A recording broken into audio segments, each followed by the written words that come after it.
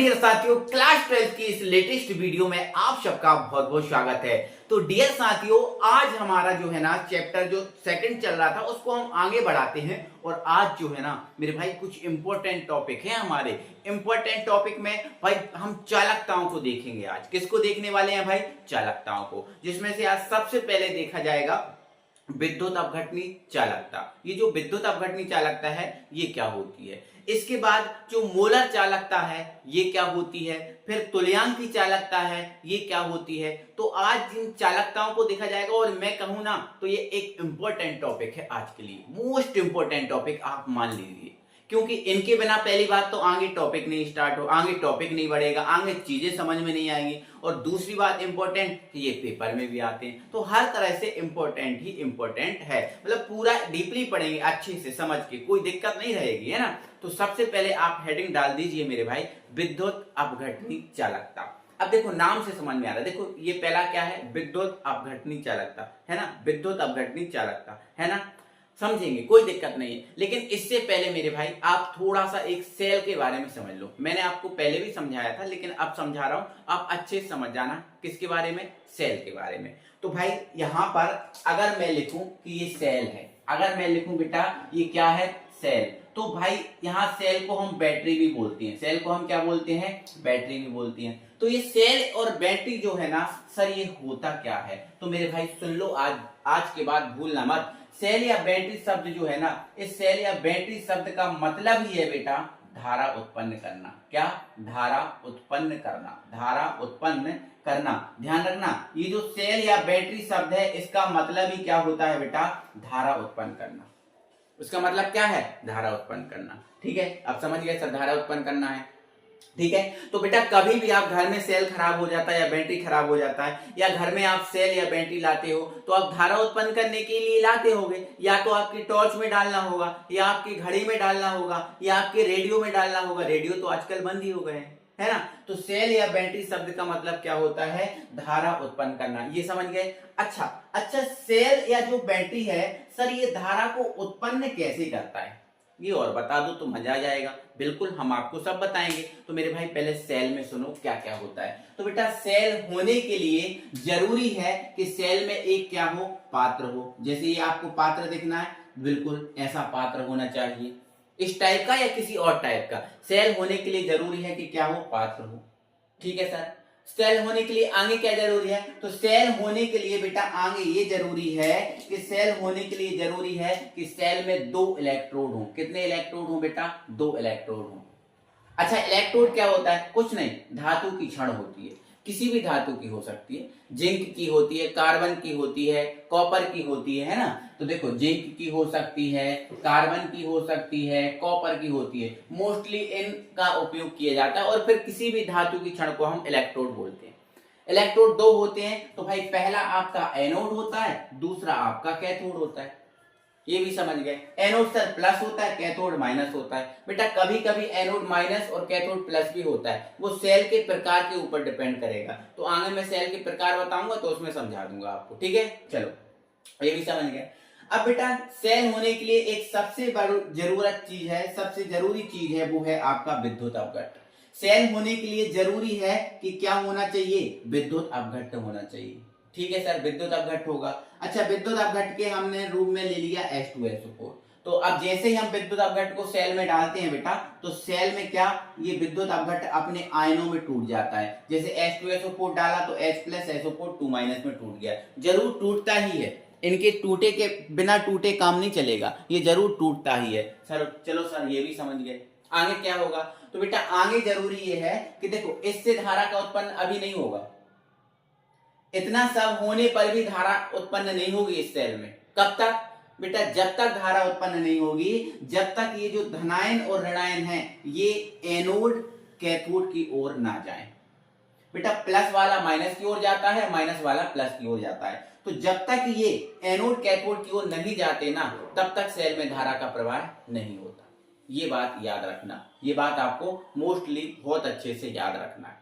Clear है sir? Electrode की ओर जाएंगे आयन तो धारा का प्रवाह होगा। हाँ बिल्कुल होगा।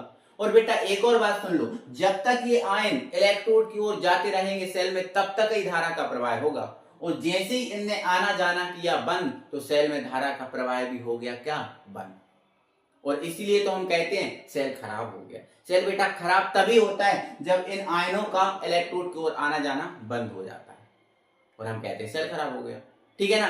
तो जैसे ये आना जाना बंद कर देते हैं तो सेल में धारा का प्रवाह भी खत्म हो जाता है और सेल या बैटरी खराब हो जाती है, ठीक है ना। चलो एक बात आगे समझो। अक्सर हमने देखा होगा बेटा जो जो इलेक्ट्रोड है ये जो इसकी सॉरी ये आयन है, ये आयन इलेक्ट्रोड की ओर जाते हैं तो धारा का प्रवाह होता है, ये हमने समझा।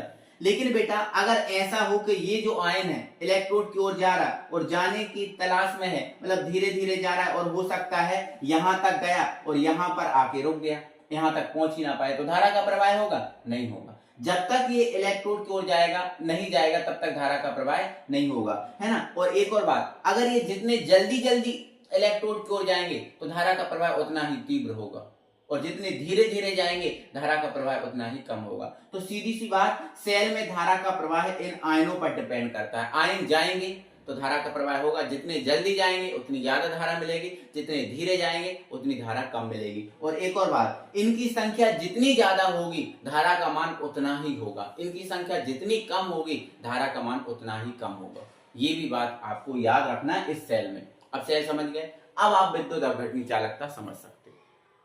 अब देखो नाम है विद्युत अपघटनी चालकता, नाम क्या है बेटा, विद्युत अपघटनी चालकता। विद्युत अपघटनी किससे बना, अब विद्युत अपघट से। अपघटनी जो शब्द है वो किससे बना बेटा, विद्युत अपघट्ट से बना। किससे बना, विद्युत अपघट्ट से। और विद्युत अपघट्ट क्या होता है मैं आपको पहले वीडियो में दे चुका हूं, समझा चुका हूं। विद्युत अपघट्ट क्या होता है बेटा, तो ये विद्युत अपघट्ट है। जैसे यहाँ पर देखो ये विद्युत अपघट्ट है, तो विद्युत अपघट्ट क्या होता है, विद्युत अपघट्ट वो होता है जिसे जल में डालने पर अपने आयनों में टूट जाता है, उसे विद्युत अपघट्ट कहते हैं। तो सिंपल सा है, विद्युत अपघटनी चालकता किससे आई, विद्युत अपघट्ट से। और विद्युत अपघट्ट क्या होता है, जो अपने आयनों में टूट जाता है। तो ये क्या है सर, ये तो बताओ। तो मेरे भाई विद्युत अपघट्ट जो विलयन है, इन विद्युत अपघट्ट विलयनों में जो धारा प्रवाहित होने का गुण है उसे ही हम विद्युत अपघटनी चालकता बोलते हैं, ठीक है। तो विद्युत अपघट्ट विलयनों में धारा प्रवाहित होने के गुण को विद्युत अपघटनी चालकता कहते हैं। क्लियर है बात। अब ये तो समझने वाली है, इजी बात है ना।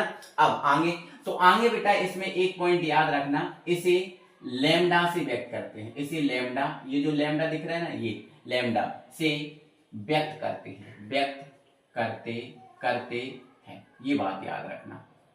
इसे लैम्डा से व्यक्त करते हैं। अब बेटा ये दो टाइप की होती है, कौन कौन सी सर, तो देखो ये दो प्रकार की होती है। एक होती है बेटा धनायन की चालकता, किसकी, धनायन की चालकता, धनायन की चालकता।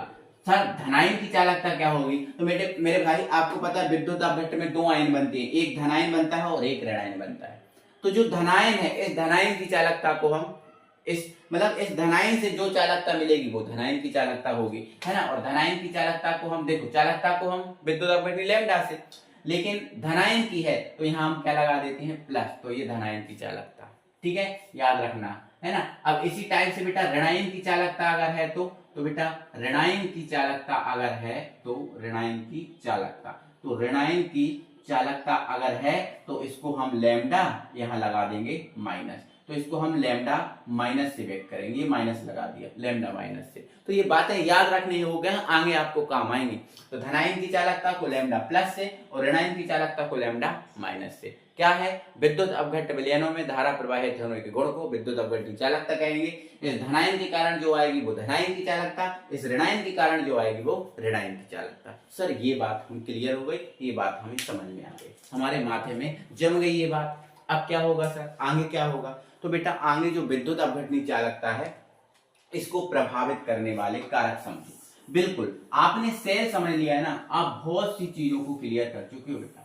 अब हम इसको प्रभावित करने वाले कारक आपको समझा रहे हैं, यहाँ ध्यान से सुनना, अच्छे से समझना, ठीक है बेटा। इसका कोई बेसिक फॉर्मूला नहीं होता, विद्युत अपघटनी चालकता का कोई बेसिक फॉर्मूला नहीं है, ठीक है, ये बात आपको याद रखना, ठीक है। चलो अब प्रभावित करने वाले कारक, तो भाई प्रभावित करने वाले कारकों में पहला कारक है बेटा आयनों की सांद्रता, या फिर आयनों की संख्या बोल सकते हो।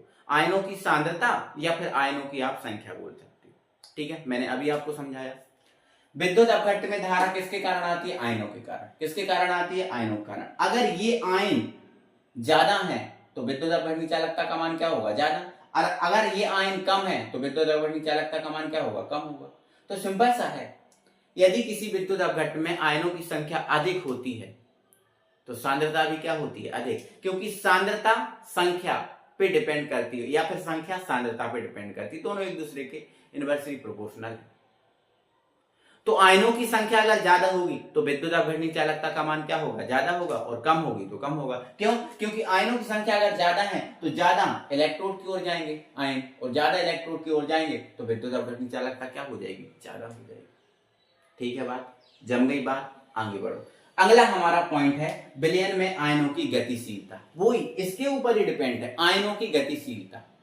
सिंपल सी बात, अभी आपने समझा, अगर आयन जल्दी जल्दी जाएंगे, आयनों की गति तीव्र है इलेक्ट्रोड की ओर जाने की, तो विद्युत अपघटनी चालकता का मान क्या होगा? ज्यादा।